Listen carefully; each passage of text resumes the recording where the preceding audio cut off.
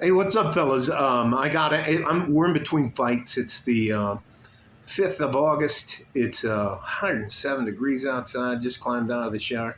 Got this big, poofy, cushy robe on. One of the guys asked me to remind people how I got here to El Paso, Texas. So in early 2016, I told my wife of over 30 years, her name's Indira, Indira, that if she didn't lose weight, stop being such a bee, that I was going to leave.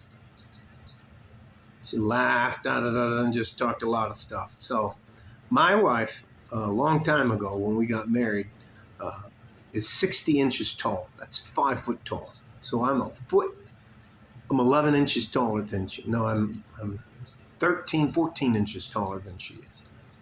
And I just had enough. I just had enough to her. I just recently retired, uh, and uh, and was waiting on some paperwork for my second and final retirement. But financially fine. We lived in Manassas, Virginia. Nice, big, beautiful home.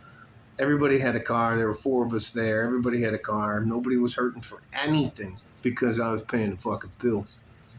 Uh, I don't know. There's a benefit to being married to a 100% service-connected disabled veteran, and that means you don't have to pay any property tax. So, anyways, all that to say this. Gets to around July, mid-July, my paperwork comes through. Boom, I'm done. I asked her one more time if she wanted, and she hadn't lost a pound. In fact, she gained weight. She wouldn't tell me how much she weighed, but she ended up having to go to the doctor, and I went to the doctor with her. And at 5 foot tall, she weighed 175 pounds. I can't tell you she had big boobs and a big butt, but as women get older, those boobs turn into flat pancakes and they hang down here under your arms, and her butt was about halfway down her back of her thighs. It just wasn't worth it. Told her, she said, yeah, right, blah, blah, blah, blah, blah. I sat down and asked her what she wanted. She wanted the house she was living in. She wanted the farm in Panama, the Republic of Panama. It's in a little city called Chepo. She wanted 3 cars and all the furniture and furnishings and cows and chickens and all that stuff in both homes. I was like, yeah, I just want it out.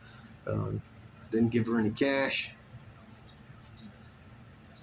I have divested myself, so not a lot of things are in my name. I gave her the house uncontested, the cars. It was an uncontested divorce. I told her I don't want my dirty laundry aired. I don't want your dirty laundry aired, and just say it's a irreconcilable differences. So I just had enough. Never been to El Paso before in my life. Threw all my shit, and it was an old Ford Mercury Grand Marquis. Threw all my shit in the car. It was a big old black car. Well, that's another story. Drove my ass across the United States, down here to El Paso, Texas. Moved into a place called 6608 Pistolero Drive, which is right in back. It's up the street in back of a gym called the Backstreet Gym off of Mesa here in El Paso, Texas. All I did was work out and date. I definitely wanted to get a wife, but you know what they say, whenever you get the second woman in your life, it's a drastic improvement. Can't even tell you. Look at me now. So, if you have somebody in your life that's making you unhappy, they don't need to be in your life anymore. And I stayed with that mean, miserable, fat, out of shape woman because bad attitude, bad teeth, what a fucking nightmare. African American. Well, excuse me, mestizo, which is a mix of the Caribbean, Jamaican, all that down there from Panama. Dark skinned. Between her and I, the boys look like Middle Eastern or Latin American guys. So just not fucking worth it. So, and I wanted a chance to be happy and to spend the rest of my life with someone who loved me, and I could take care of her and she could take care of me. And I went on possibly, I'd say, closer to 350 than 300 dates to find women. And once I found the woman, we have signed the prenup. We got all the paperwork done, and I proposed, and here we are now. I'm an advocate for men. There's no reason for you to be unhappy in any type of relationship with any woman. There's too many of them. And I found my wife in Juarez, Mexico. She's now the director of the hospital here. And I'm not supposed to say what she does. Anyways, all right.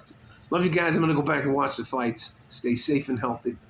Take care of each other if you can. And if you can't, take care of yourself. Like a fork in a G-string. From West Texas, El Paso. I'm out of here. Don't be afraid to make a change for the betterment of your life. Okay? Bye-bye.